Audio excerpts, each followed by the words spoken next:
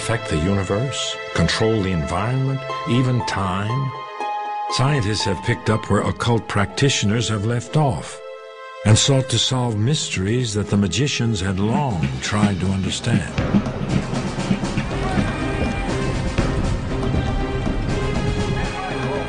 March 17, 1863.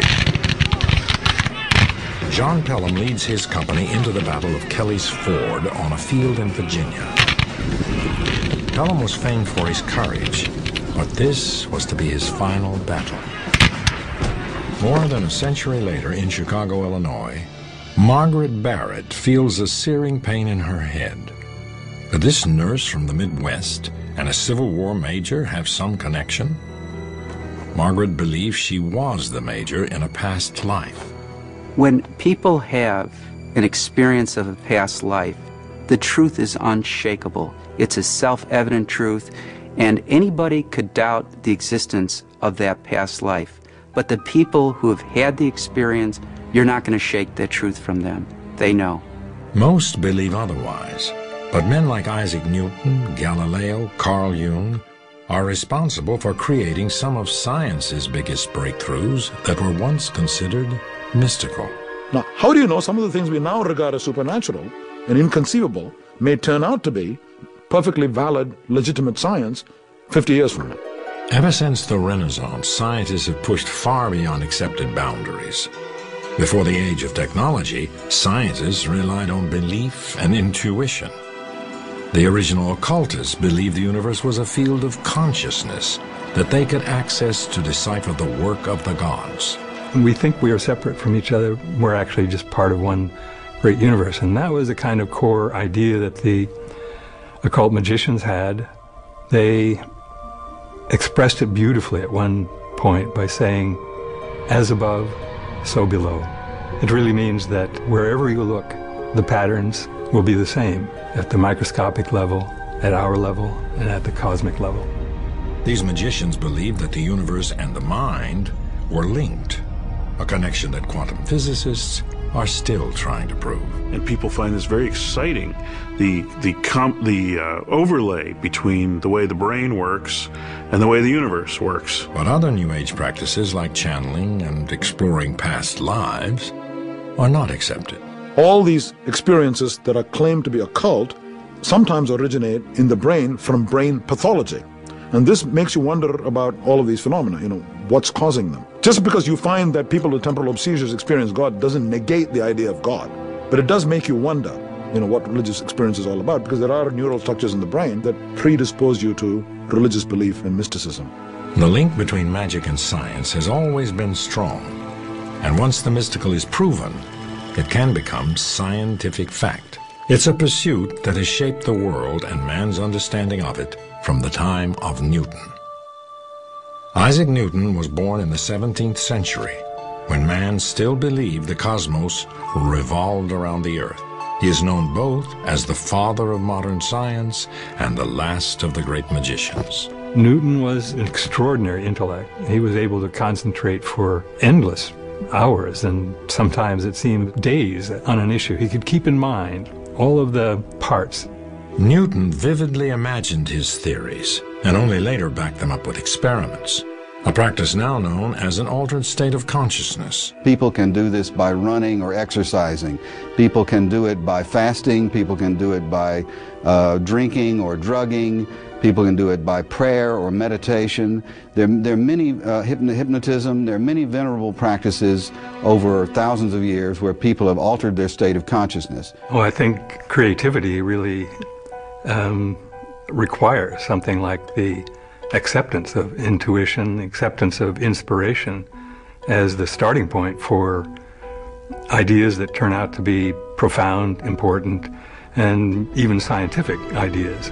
If you open yourself to the cosmos, you will be filled with new knowledge.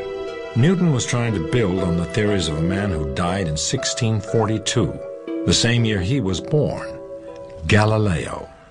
Galileo was mapping the stars and the planets. By then, astrology was a centuries-old science.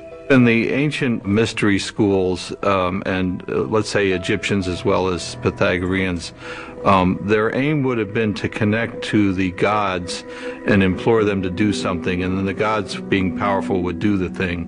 Galileo was not trying to contact the gods. He was trying to explain their work. During the Renaissance, scientists followed the teachings of Aristotle.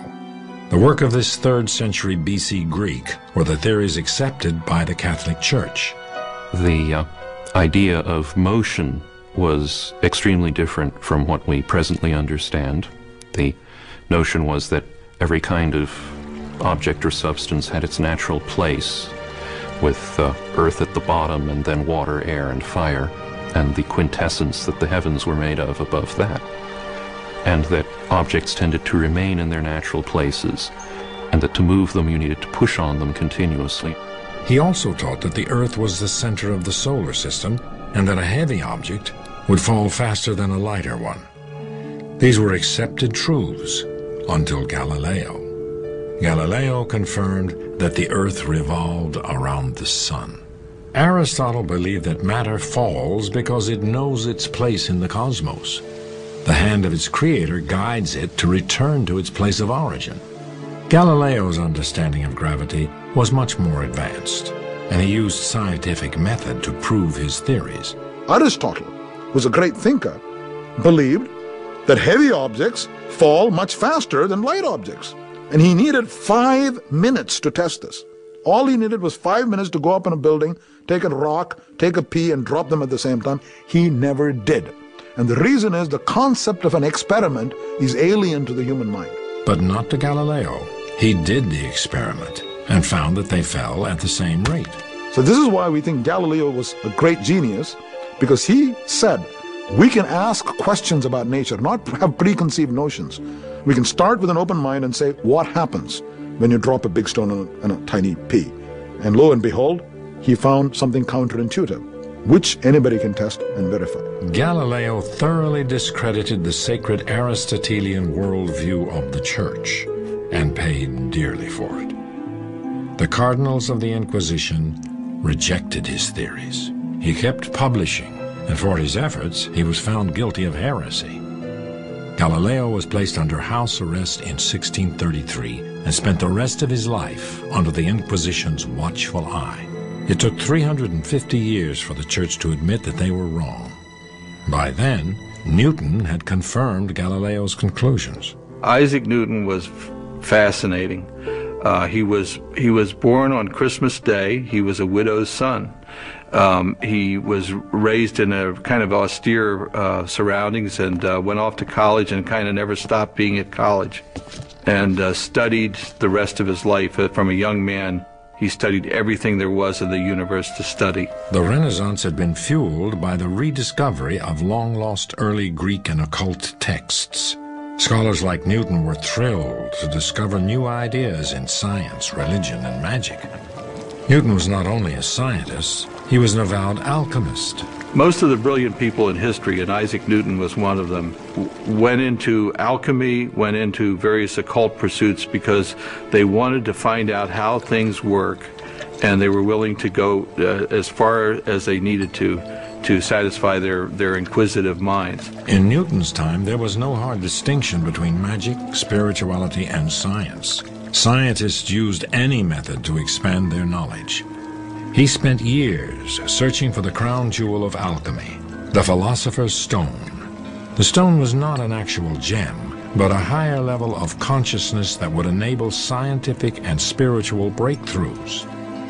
Alone in his room with his alchemical experiments, Newton would go for days without food or sleep. People who study creativity say there are several stages. First, you have to learn a great deal, and then you have to let that incubate and kind of bubble inside you, and then it will turn into something like an inspiration. That's what the alchemists were trying to do as well, and what Newton did so successfully. Newton took on Galileo's challenge of refuting Aristotle. When he applied his mind to Aristotle's theory of falling objects in the orbit of the planets, he made the most important discovery of physics: gravity. It was groundbreaking. When Newton thought about gravity, he had to conceive of the idea that two bodies can attract each other at a distance. And even today, we have trouble figuring out how that happens. I mean, how is it that the sun knows that Jupiter is there? Who knows? The emerging breed of empirical scientists were very uncomfortable with the whole idea that something could affect another object without touching it, without being connected to it in some way. Then we have Newton coming in with this mathematical theory that accounts perfectly for astronomical observations, but it requires there to be a force between these two different objects, and there's nothing in between. So he was basically stuck with action at a distance, no matter how uncomfortable it made him or anybody else. Newton was also the first to discover the properties of light and believed that light was composed of particles. Aristotle's worldview didn't accept the idea of atoms, of indivisible components of objects. But it's clear from, for instance, Newton's writings on light that he had some definite ideas along those lines, that he thought of light as being a stream of tiny, rapidly moving particles of some sort, corpuscles, as he wrote. In 1687, Newton published his masterwork, Principia, and he became an international sensation. In it, he set down his three laws of motion: the law of inertia, the relationship between force and motion, and his final rule: for every action, there is an equal and opposite reaction. Even though Newton had explained the universe, emotional difficulties would affect his work. The end of the 17th century brought important scientific advancement. Sir Isaac Newton had made an epic contribution to this revolution, but in 1675, he had a nervous breakdown. He had a number of things that happened to him all at once. He became depressed and holed up in his apartment and couldn't be brought out. He had to be dragged out of there by his friends. The legend goes that he had been practicing actual alchemy with chemistry, and that the fumes may have made him somewhat crazy or psychotic. There's all kinds of ways to read that, and he might have had simply a nervous breakdown. Newton never made another scientific breakthrough, but his work would endure. In the 1660s, a specter from the past haunted London, the Black Plague. 70,000 people died. Then the Great Fire. But in the midst of this turmoil, a scientific first. In 1660, an elite group of British scientists formed the Royal Society, history's first organization devoted to the pursuit of science. The Royal Society started out sort of as a smart guys club, where they got together and discussed every conceivable topic that was, probably a little risque, of course, because, at various times England was in the throes of religious clampdowns. The threat of the church did not stop them. Newton himself would lead the Royal Society for 24 years. He is said to have uttered just one sentence during all those meetings. He asked for the window to be opened. But his near mystical focus would inspire another generation to look for the universe within, the human brain. On its surface, a well-tuned machine of neurons and nerves perfectly synchronized for movement, learning, even defense. But there is more to the brain than just electric impulses. This remarkable organ contains people's thoughts, their past. Some would say it holds the soul. Newton's discovery of gravity transformed the way science understood the universe. But another member of the Royal Society, Thomas Willis, was about to overturn Aristotle in a different field, medicine. Willis began the first scientific exploration of the brain and its elusive software, the mind. Thomas Willis was an English physician, and he figured out how to study the brain, which was a tough thing to do because the brain would dissolve in mere hours after death. Progress in medicine had been hampered by a long-standing taboo against dissection of the human body. It took a certain relaxation of the rules to ever get dissection to happen. A lot of times the practitioners were, in fact, criminals. They were declared to be criminals even though they were scientists. It was against the law and every other thing to dissect the human body. Until the Renaissance, Doctors believed Aristotle's view that the heart was the home of the mind. Few in medicine were able to conceive that the shapeless white mass inside the skull could possibly be the seat of reason and artistic expression.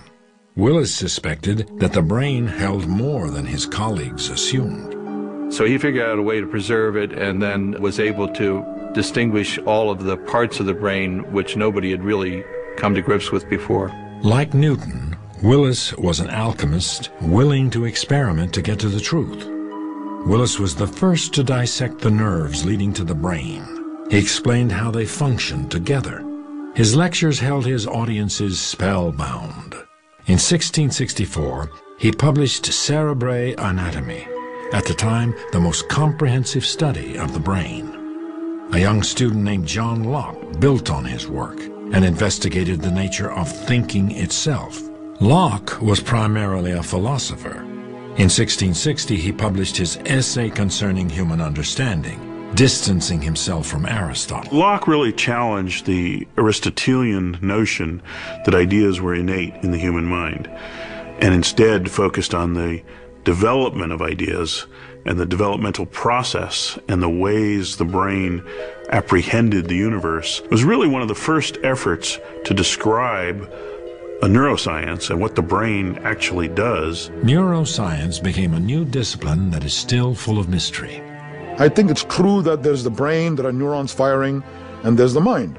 Okay, but regarding the mind itself, we have barely scratched the surface of how it works. What do you mean by creativity? What do you mean by consciousness? What do you mean by self-awareness? Scientists now understand how much of the brain works inside the skull, but are still trying to discover how the mind can affect the world outside of its casing. In Paris, medical astrologer Franz Anton Mesmer stumbled almost by accident upon hypnosis. At the time, Mesmer was experimenting with magnets as a means of curing illness. Well, Franz Mesmer would have people sit in a tub, and he used magnets with these tubs, and it was often referred to as animal magnetism, which is interesting because magnets have recycled again today, and medical doctors are using electromagnetism as a way of healing. Mesmer first believed that the magnets exerted the invisible force of animal magnetism. Later, he thought that the force emanated from within him, and he abandoned the magnets. In actuality, Mesmer had only rediscovered another lost occult art. The first induced hypnotic performance, recorded on papyrus in a British museum, was given at the court of Khufu in Egypt over 5,000 years ago.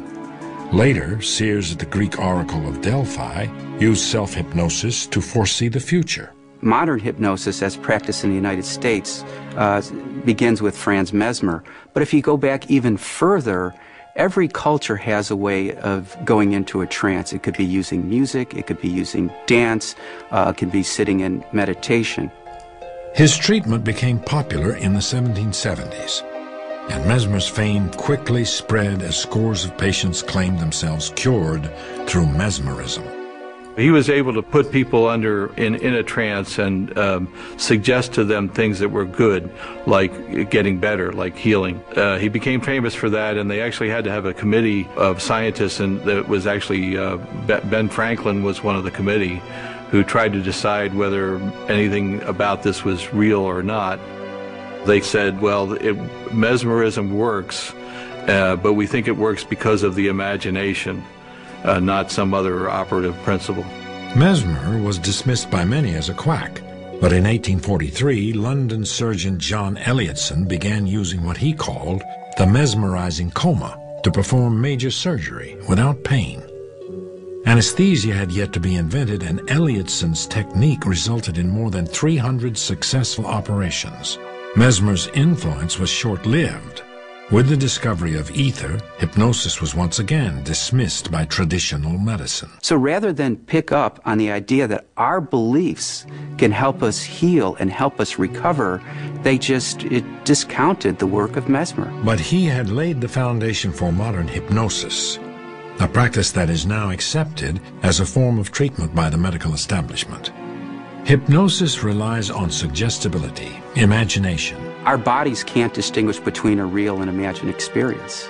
For example, there was a recent study done with anger and heart disease. How researchers got people angry is they had them imagine situations that made them angry.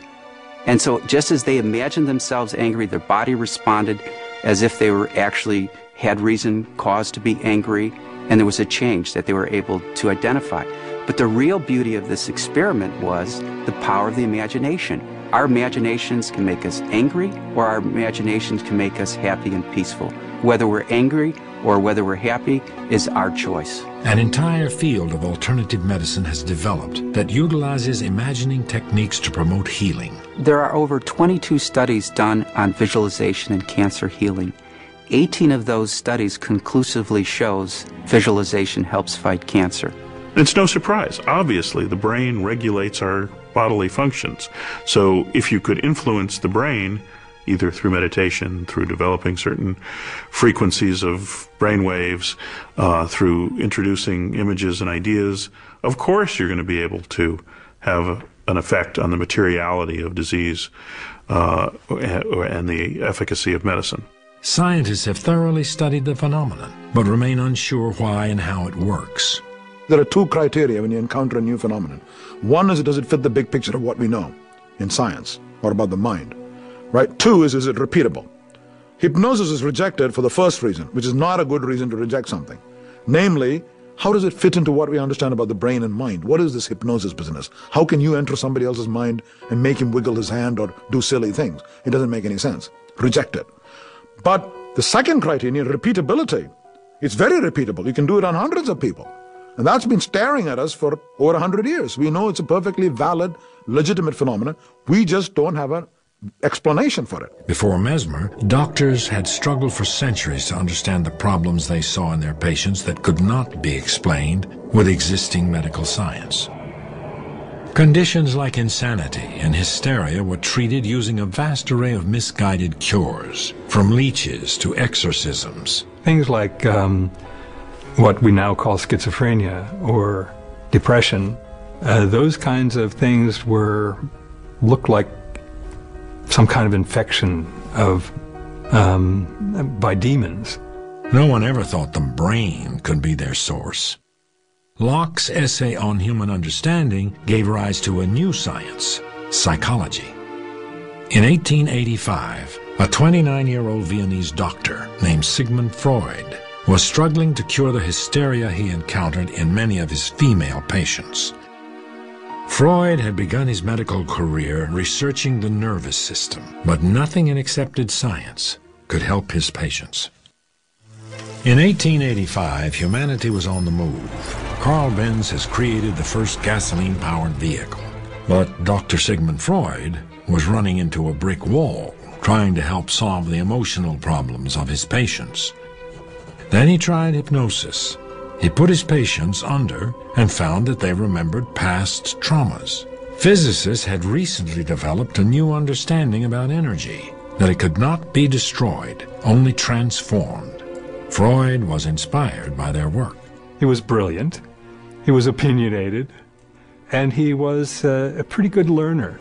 So he was looking around and he saw the systemized knowledge that was coming into force in what was called natural science, eventually became physics. He just lifted those metaphors out, put them into the psyche. Freud discovered the unconscious. Freud saw the human personality as a psychic energy system. Energy that was not expressed consciously was diverted into the patient's unconscious, where it created neurosis. Freud identified repressed sexual energy as the root cause of all mental illness. And his ideas are still very much in force. We still think about our deepest motivations being hidden and supplanted by replacement motives and so forth. That's a Freudian extrapolation of the physics model into a psychic domain. Freud invented psychoanalysis as a method for releasing the sexual traumas buried in the unconscious. This was the new frontier of the study of consciousness. And though much of Freud's work would eventually fall out of favor, his work provided the foundation for modern psychology.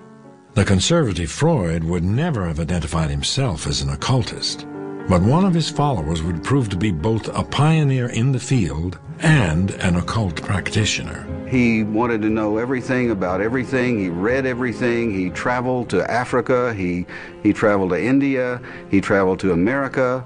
He was somebody who had a voracious appetite for experience and for trying to understand the psyche in all times and places and all locations on the globe. Carl Jung was born 10 years before Freud invented psychoanalysis. The son of a minister, Jung conducted experiments in spiritualism. He became a psychologist to explore the dimensions of the mind, but never lost his lifelong fascination with the occult. His hero, Freud, became both a mentor and his nemesis. He didn't meet Freud until 1907, and when they met, they spoke for 13 hours straight. And one of the things that came up was the occult. Jung had been a defender of Freud's sexual theory of hysteria before they met. He'd been a public defender of that, but he didn't believe the sexual theory explained everything. And when he sat with Freud during this 13-hour thing, Freud got a very, very serious expression on his face and looked at Jung and said, you must promise me one thing, dear son. You must promise never to abandon the sexual theory and make of it a dogma and unshakable bulwark against the black tide of mud. And then he hesitated and said, of occultism. Jung refused to believe that sexual repression explained everything, and he was not about to give up the occult. But Freud made certain that Jung paid a price. Jung was, at the time of his break with Freud, he was president of the International Psychoanalytical Association. And Freud did not want to leave Jung in charge of the whole shop. And so behind the scenes, in what you might call an occult practice, he formed a little committee, and he gave each one of them a little signet ring, and he swore them all to secrecy, and they began to plot in a kind of conspiratorial way about how to get rid of Carl Jung. After the break with Freud, Jung spiraled into a 6-year depression. He retreated to his country house in Bollingen. Like Newton so many centuries before, he went in search of his own philosopher's stone. Jung constructed a tower at Bollingen, and he built it in some sense by his own hand, and he carved various kinds of stones out there with mystical figures on them, and he cooked on a primitive little stove with wood there. He chopped wood outside. He went down to the lake. He slept on a cot. It was a kind of retreat where he could go and introvert and have his own psychological experiences. He struggled with his own depression and emerged with a new kind of psychology, one that was steeped in mystic thought. He used tarot cards, he used astrology, but more importantly, whether it be tarot cards or astrology, Carl Jung believed in the intuition. Carl Jung once said, the therapist's job is to get his or her patient in touch with the intuition, and when the therapist has done that, the job is basically done. During his retreat, Jung concluded that astrology, alchemy, mythology, and the I Ching were ways the first magicians understood the human consciousness. His biggest breakthrough, he saw the psyche as an energy field far bigger than a single personality. He called this the collective unconscious. The collective unconscious includes all the things that are not personal to us, that transcend that. They're the transpersonal or impersonal contents of the unconscious that Jung called archetypes. They're the typically human components that don't have anything to do with us necessarily just personally. They're not about our personal experiences. It's not about our mother or our father. It's about the very idea of mother and father. Both Jung and Freud practiced the altered state of consciousness used by magicians to gain their deepest insights. For Freud, this was a method of free association, and for Jung, this is a method of active imagination, where you deliberately induce a fantasy and you talk to aspects of yourself that are personified in image form. This would be like in the occult or in mediumship or in seances, thinking that you're talking to the dead when you're actually talking to yourself or your many inner selves. While Freud had isolated the personality into a bundle of neuroses driven purely by sexual repression, Jung had brought the individual to higher ground, a place within a broader humanity that had meaning and continuity. We have both a personal unconscious and a collective unconscious. So the personal unconscious is more aligned with our soul. And then our collective unconscious is the wisdom, the archetypes, the myths, the universalities that anybody can tap into. So we all have our own personal path that we're on, and we all have a collective path. Jung's ideas have inspired many New Age practices. Channeling might possibly come from something like Jung's collective unconscious. Probably most people who are channelers would say it comes from a higher level of wisdom.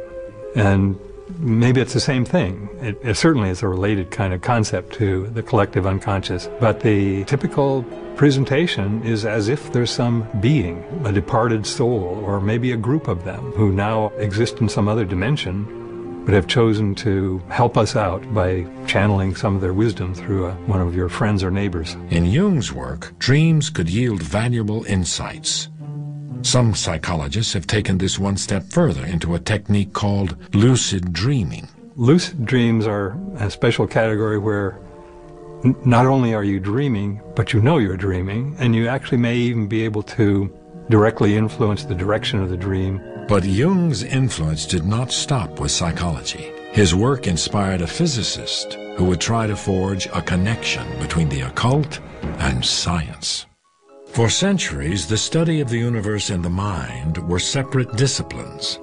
In 1905, the 30-year-old Jung met a young German man working as a clerk in a Swiss patent office, Albert Einstein. In some ways, Einstein was a mystic at heart. As a child, he had observed the movements of a compass needle and vowed that he would one day learn the mind of God. Like Newton, he would enter an altered state of consciousness which he called mind exercises, and intuitively arrive at his discoveries.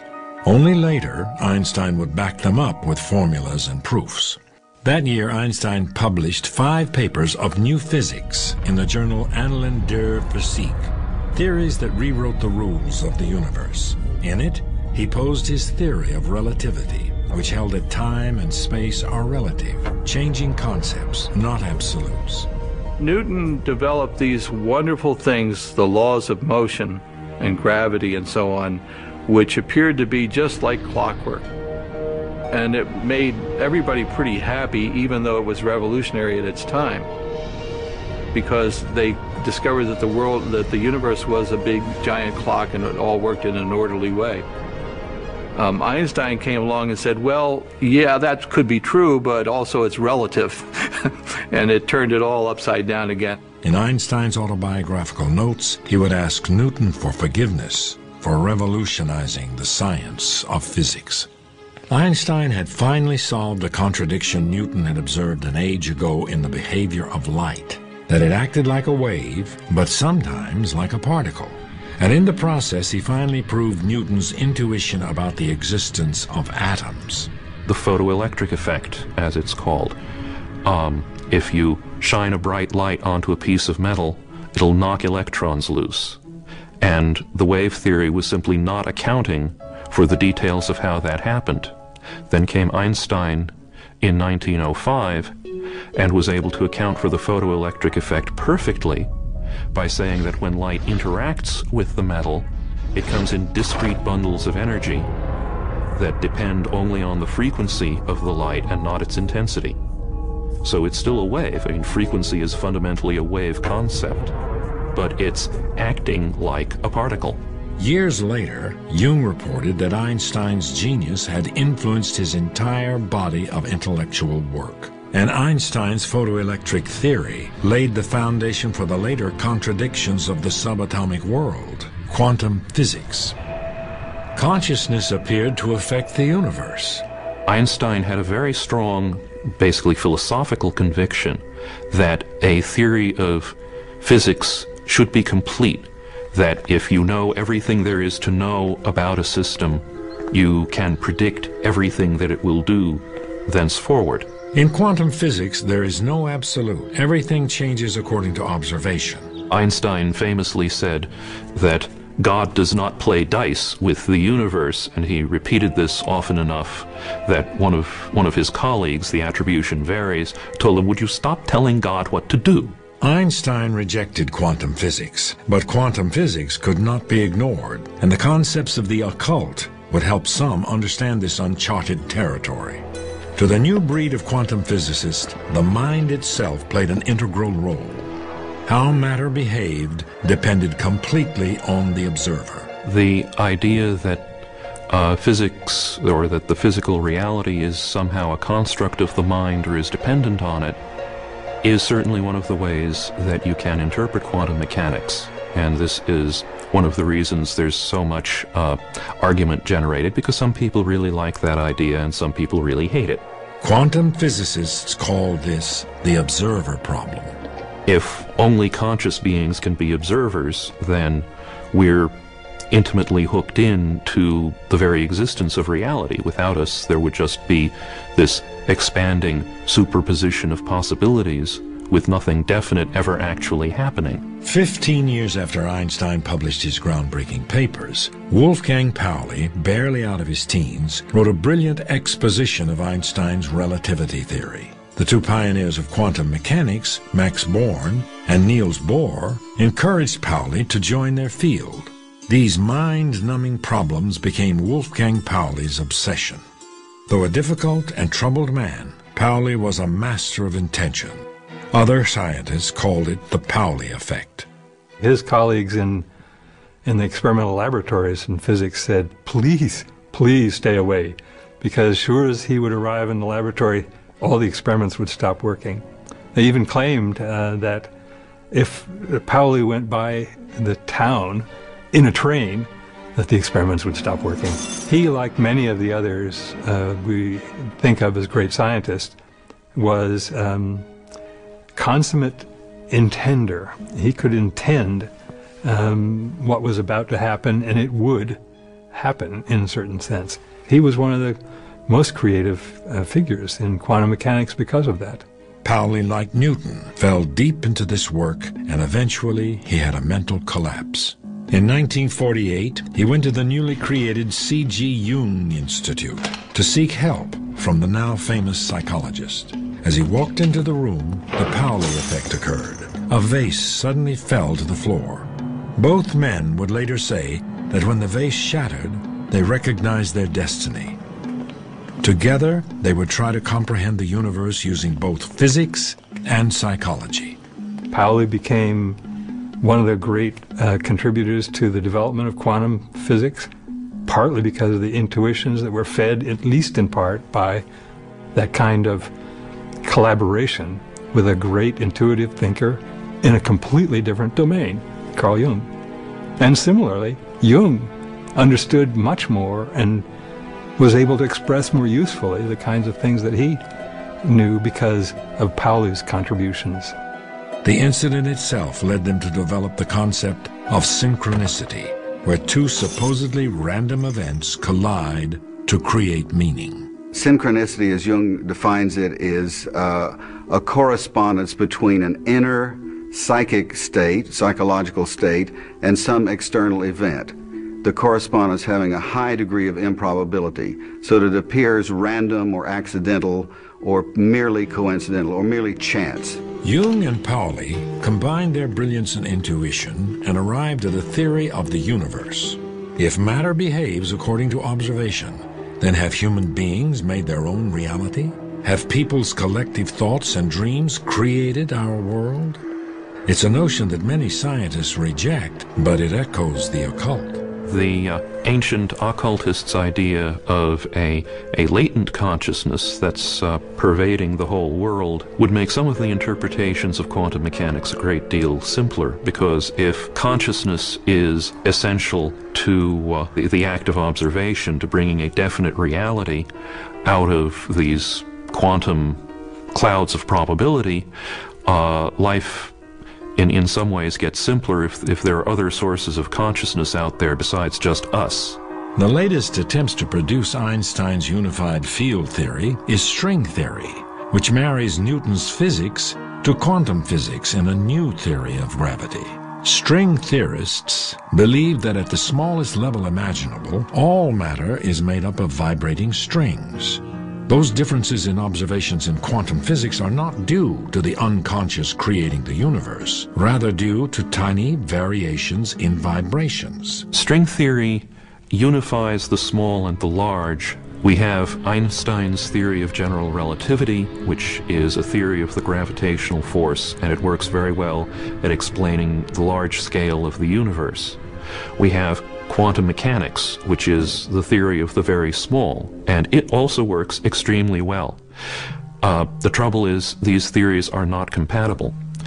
You cannot construct a theory of quantum gravity by any of the conventional approaches. String theory looks extremely promising in that regard because it is innately a quantum theory. If true, it implies a fascinating realm of parallel universes and multiple dimensions. The way string theory does an elegant thing is that it says, okay, there are these tiny little things called strings, and they make up all other particles that there are in the whole universe. And these strings are really just energy. And therefore, we've now gotten down to the very, very tiniest particle or element of what there is. And then since they're all just energy, that we can think of ourselves as merely energy, which would be very satisfying for many people. There's a religious way to see that, and there's a chemical way and a physical way to see that. But these theories may never be proven. Scientists have affected our world with work that has at first appeared magical. In 1895, Conrad Röntgen was experimenting with cathode rays when he noticed a green glow on a painted screen on his workbench. But the cathode ray tube was covered with black paper, which meant that these invisible rays passed through a solid. Experimenting further, he discovered that the rays could pass through skin, revealing the bones of his wife's hand. Imagine people's reaction to that. Imagine somebody told you, here's a table, and there's a drawer, and then inside it there's some film, and I'm going to pass these mysterious rays through your hand, and you see your bones. Now, people would say that's supernatural, that's occult. In fact, nobody believed him. And he said, I'm not going to publish this in a scientific journal because it sounds almost occult. So in fact, I'm going to publish it in a newspaper. So he published it in his wife's hand in a newspaper, and you could see the bones of a hand, and it made history overnight. Röntgen's work could have easily been dismissed. Put yourself back at that time. Here are people talking about physics and balls moving, light and this and that, and somebody publishes a paper saying there are these rays that go through your hand, which is opaque, and show the skeleton, the bones of your hand. You'd have said, this is garbage. This is occult. Okay? But it turned out it's not occult, it's a real phenomenon. But the difference is it was immediately repeated by 1,000 laboratories all over the world. Will other occult beliefs become proven science? Originally from England, Margaret Barrett had little knowledge of the Civil War, but felt drawn to study it. One day she happened upon a picture of John Pelham and noticed a striking resemblance. The gallant Pelham, as he was known, was killed by a Union shell at the age of 24. Does he live on in Margaret? Margaret suffers from chronic migraines. She's had brain surgery for what I believe is the same injury that John Pelham died from. John Pelham died when a shell exploded in the back of his head and pressed in his skull. And Margaret has had the same problem through which she's had brain surgery.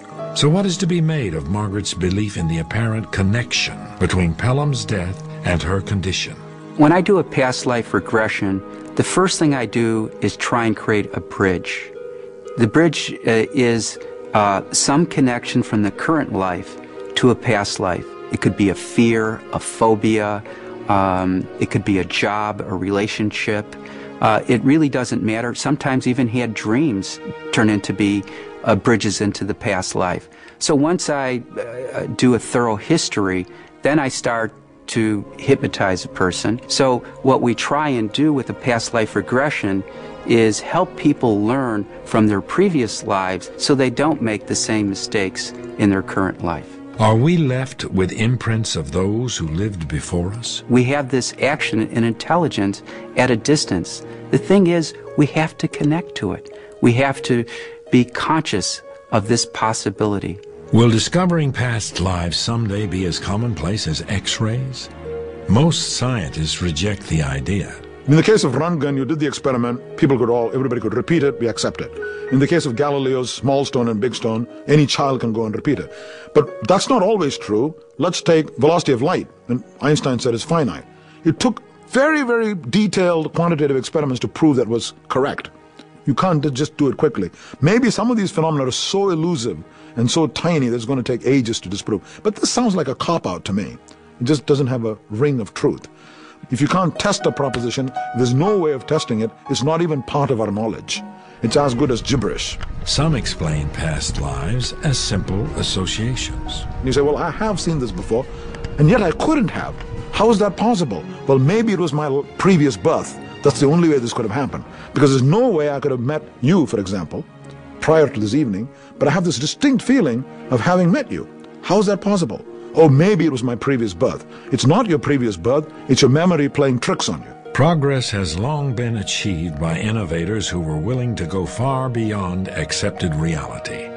In an interesting way, it almost seems that the evolution is really a kind of revolution, if you will. You sort of revolve through the same set of ideas, express them in different ways, find new tools for